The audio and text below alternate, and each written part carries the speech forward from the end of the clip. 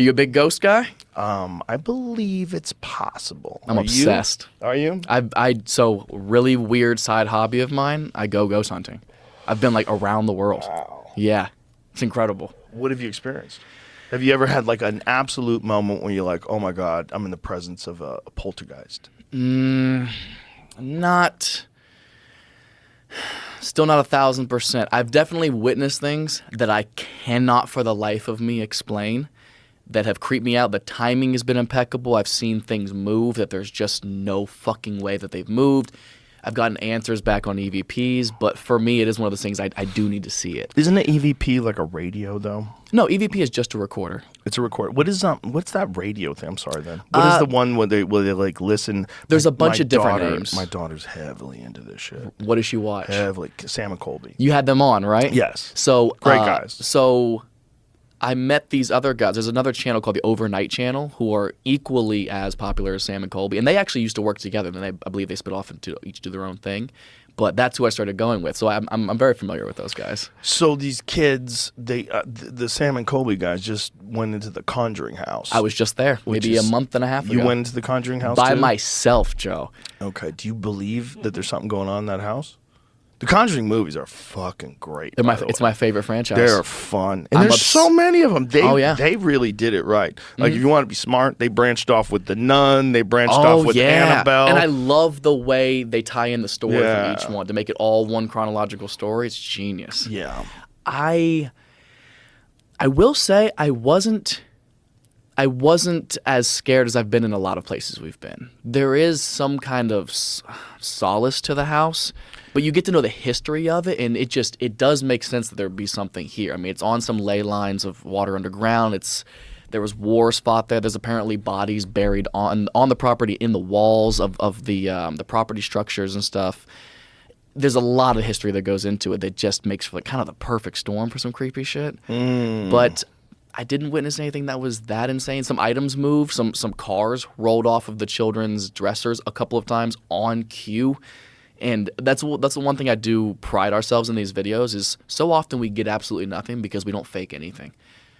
So you only get to see the highlights. Like, there's so many times we'll go to a place that is so notoriously haunted and we'll be there for 10 hours and get absolutely nothing. And it sucks. But that makes when something does happen that much more valuable. It's so much more impressive. What do you think? So do you think a ghost is like the soul of a person that's left behind?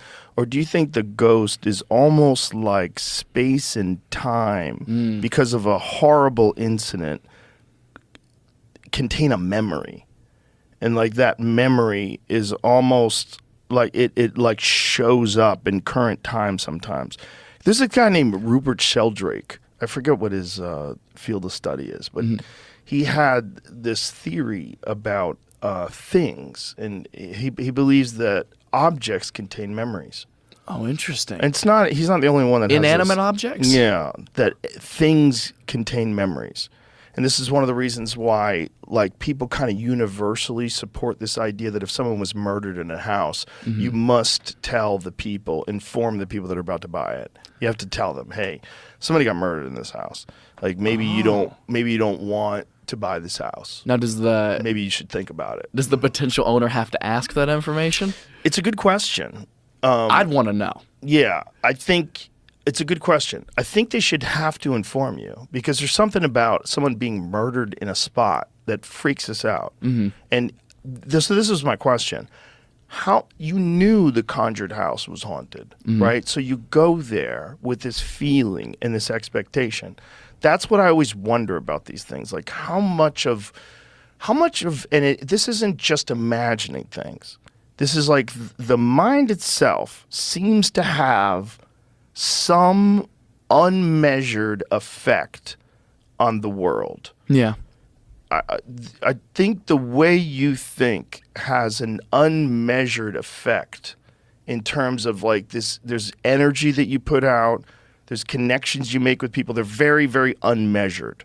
And you can manifest your own perception of things for sure. Yeah. So what my concern is like if you go into a place with a pre-existing knowledge of ghosts. Like you think ghosts are here, you think ghosts are real. You have this thought in your mind that you maybe experience a ghost in this place that's haunted.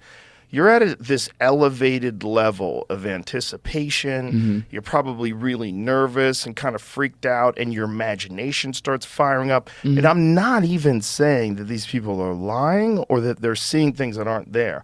I'm saying maybe you make things show up. Maybe you see memories. Maybe you experience some horrible energy that existed in this spot 50 years ago, 100 years ago, that there's like ways you can tune into that. I could see that being possible, but to me, that's what's so exciting about it is like you go hoping for those solidified answers. You're going hoping to witness something that you couldn't have possibly made up. But you know why I think that too? Is like you never see them in the daytime.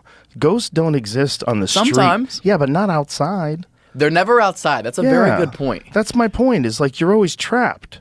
So you're always in this like weird space. Like if you had a wolf in your house, you'd be freaked out. You'd want to get outside. Yeah. Right? You don't want a wolf in the it's a fucking wolf in the house. Yeah. Anytime you're in a contained area, your brain has this heightened sense of like being trapped and awareness and how to escape. I mean, every horror movie's the same. When you got to get to the door, right? Everybody's trying to fumble with the keys and the monster's chasing them and they get it just in time, right? That is a reoccurring theme in the human mind. If you're trapped in a fucking house with a killer or a ghost or a wolf, it's scary. You know where that makes the most sense? We did the USS Hornet up in the Bay Area. Yeah. And we had the whole ship to ourselves, which I was so excited about because I love military stuff. I love history. I was so excited to go there and just witness it. And they sent me by myself on basically a game of hide and seek where I had to go find them in the ship somewhere after I had to count to 100 by myself. It was the most terrifying place I've ever been because if you've never been in like the bowel of a ship, it's so unfamiliar. Like doorways don't look the same. You have to step over them and everything. There's so many pipes and everything sticking out. It's such an unfamiliar environment, especially in the dark. It's terrifying. You think I can't possibly run away from something in here. There's too many obstacles. You don't know if that's a wall or a pipe or something peeking around to like look at you. It's fucking terrifying because of exactly that. You feel so trapped. That totally makes sense.